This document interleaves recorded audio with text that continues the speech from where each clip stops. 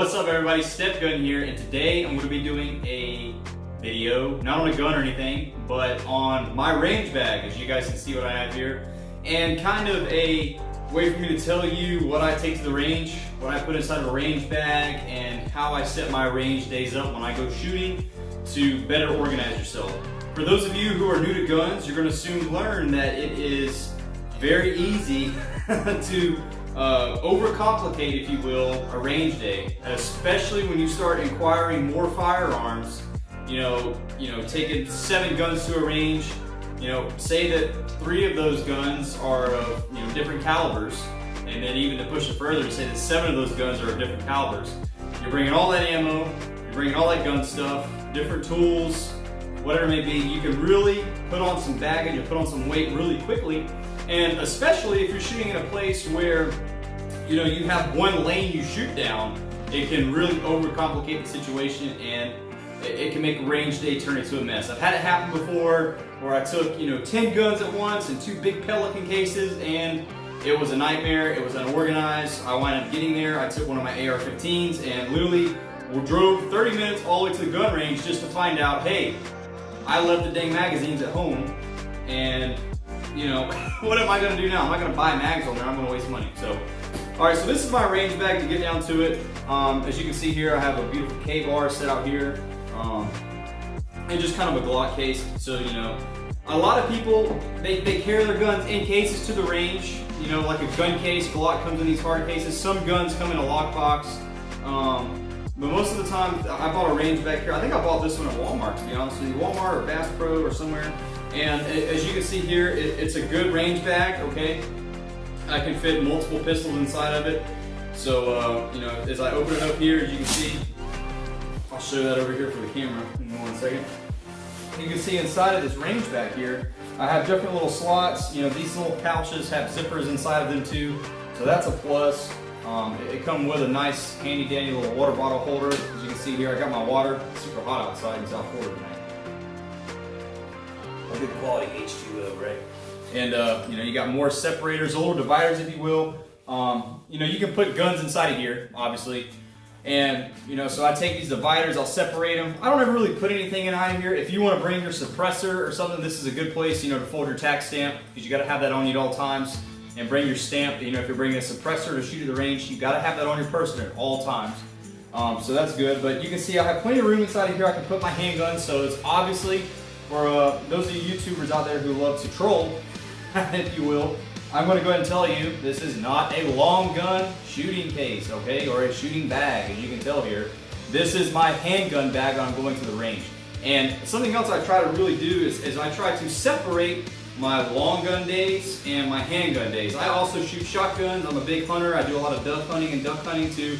So I'll go shoot sporting clays, and I have a complete separate bag for my shotguns as well, for when I'm shooting sport skeet or if I'm shooting trap or whatever it may be. Alright? So this is my handgun bag for those of you out there. So like I said, I can put 3 or 4 different handguns in here. If I'm bringing like my Smith & Wesson Model 29-2 8 3/8 barrel, obviously 8 3/8 inches is a long barrel, I'll bring that in a different case. But your Glocks, your Smith & Wessons, your typical striker fire, double action, single action pistols that have a 5-inch barrel, you got even your shorter pistols, they fit in here easily, and these dividers separate them pretty well. I got little pockets on the sides here, so I'll fill those up, and you can check these out.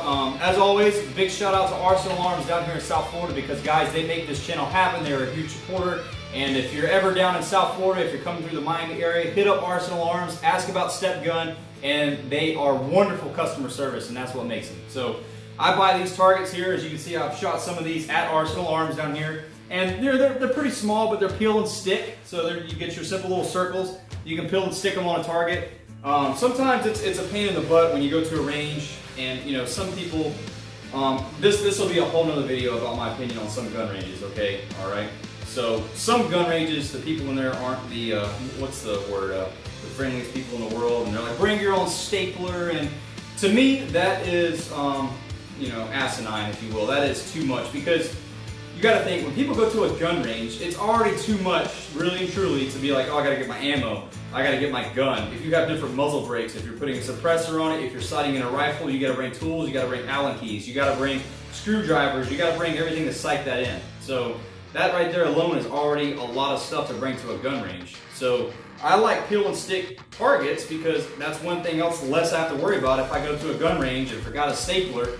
Now I have these targets, and you know, old range officer over there, range officer is like, hey, where's your stapler at? Well, it looks like you're not, you know what I mean? You kind of get my drift. Peel and stick targets are the way to go. So I always bring these as backup. I'm a huge fan of shooting steel. If you can get to an outdoor range, obviously 25 yards for handgun. If you're going to shoot rifle, you're going to want to shoot that steel out a little bit longer, okay? So that's the inside of my range bag, as you guys can see there. And then, you know, another thing I bring to, you know, always bring them to the range. Always bring a little bit of oil. It's just some Hops number 9. You know, you never know. Some stuff will jam up sometime, or maybe some stuff seizes up if you're dumping a lot of rounds. You know, I shot yesterday, me and a guy from my unit. We shot my Taurus Raging Hunter 454 Casull, and it was pretty dry. So, you know, glad I had some oil, lubricated everything up, and shot perfectly fine with that. So I always bring a little bit of oil. You never know when you're going to need it. Another thing good to bring too is bring tools. As you can see here, I have a, you know, I got a flathead screwdriver for adjusting some sights. I just got some really small pliers here. I bring channel locks, pliers. For those of you who don't know, channel locks just got to offset. If you need to change a muzzle brake or something, some people use an adjustable wrench. Okay, so you can use an adjustable wrench as well. And then also I have, you know, like my smaller flathead screwdrivers here as well for, you know, adjusting some smaller sights. If you have adjustable windage and elevation on, say, you know, a 1911, or you have a Glock 41, a Glock 34, a Glock 35, something that has those adjustable sights on the handgun, you need a smaller end for a flathead screwdriver. And then, you know, for more tools I carry something that, you know, you start buying optics for your ARs. These are Allen keys. So, you know, your hex head keys, internal wrenching, if you will. I always bring a set of these to the range in case you need to adjust sights on a gun or something like that. So these are your basic tools. Obviously, guys, with everything I'm showing you, those of you looking through here, if there's something I forgot you bring, be sure to comment below. There is always something else someone may use that I don't use. So if you feel like you can help someone out, this channel is all about helping people out. So comment below if I forgot something or I don't have something in my bag you bring, maybe I can learn something as well, okay? So these are basically my tools. Like I said, I just bring some cheap pliers, some screwdrivers and stuff like that if I need to adjust some sights. So there we have that. We'll actually move this over here. So there's our tools. We got our Allen keys. And then another thing as well that I like to bring in some ranges, if you guys don't know what this is a chamber flag. So if the action or the bolt carrier group or slide on your pistol is locked open at some ranges, I live down here in South Florida, so you know, sometimes if it's rained out, I have to go to some of those ranges that are, what's the word I want to use? A little more political, if you will. And you know, they require, even if the magazine's empty and the gun is open and it's obvious it's unloaded, there are other people out there that aren't as familiarized with firearms as you and I may be, or maybe you're watching as well. Chamber flag is to show a range officer and show other people that your firearm is safe and not loaded, so when the range is declared cold, people can check their targets without worrying that you have a gun that's hot and pointed down range, okay? So these are chamber flags, and it is, it's good to have these guys, especially, you know, at certain ranges. It's a good practice. Do I always do it? Absolutely not. Most of the time when I'm shooting at the range I shoot at, which is Henry's down here in South Florida, you know, Henry is a pretty organized range. Most of the time when I'm shooting with people out there, they're all very apprehensive and have good situational awareness of what's going on. So, but it's a good practice, those of you getting new into shooting, to familiarize yourself that when you're done with a magazine or you're done shooting a couple rounds, whatever it may be, even a revolver, if you got the cylinder open on a revolver or whatever it may be, throw that chamber flag in there so that range officer knows, hey, my gun isn't loaded. Common sense, you and me both, if a slide's locked to the rear, if a bolt carrier group is locked to the rear on an AR, it's unloaded, but this is just extra practice. So these are some chamber flags I bring with me to have. Shooting glasses. Now this is something I want to get down into, okay? I think I have another pair in here as well of shooting glasses. Let's see if I can find them. Now, with me, for those of you that don't know, I am in the military, and so I have shot, you know, did a lot of shooting in the military, actually a lot with the M9 as well. And in the military, we don't wear shooting glasses. You know, I can count, I think we did one time, and then another time we didn't really, our academy instructors didn't, you know, they were more worried about ears and stuff like that. But for, you know, one of the guys in my unit I shot with, he was prior Army as well, and he doesn't remember wearing range glasses all the time, so he went shooting as well. But ranges require, some people require shooting glasses. In my opinion, I shoot a lot of sporting clay, you know what I mean? So when it comes to glasses and shooting through glasses, I don't personally like shooting through glasses. I really don't, okay? I have been shooting since I was very little. I've shot my entire life, and I have never been comfortable with shooting through glasses. And you know, the thing is, we can do another video, is I'm left eye dominant, okay? But I shoot right-handed because I'm so comfortable, so I close my left eye when I shoot. So I'm already using one eye to shoot through when I'm shooting, and glasses hinder me. Now, on that note, glasses do protect your eyes, because all that I've just said, I hide my pride just a little bit and don't wear glasses because I don't like it, but I have shot guns before and have had shrapnel come back and go in my eyes. You go to a very controlled range with NRA officers and you're not out in the Midwest or wherever it is you can shoot at, you know, go in the country, you are going to have to wear glasses. We just went shooting yesterday and I had my glasses on my forehead. I was shooting, a range officer comes by, hey sir, need you to put your glasses on. Yes sir, I will do that.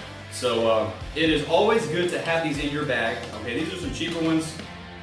These are some that are a little more expensive, because it is very aggravating for those of you new to shooting. This video is for everybody. When you go to a gun range, even those of us that are more experienced, and you don't have your glasses, now you gotta go buy something, and you start spending money because we already know how expensive ammo is, okay?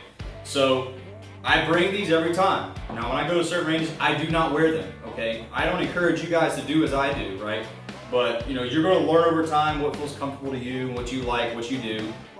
When you're deer hunting or you're doing any type of hunting with a firearm, you're not going to be wearing glasses, you know, not that I can ever recall.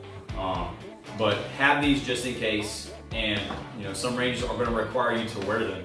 And if you don't wear glasses and you sacrifice your comfortability a little bit, you may have some shrapnel come back in your eyes. So go ahead and make yourself aware that that may happen as well. So we have our safety glasses here.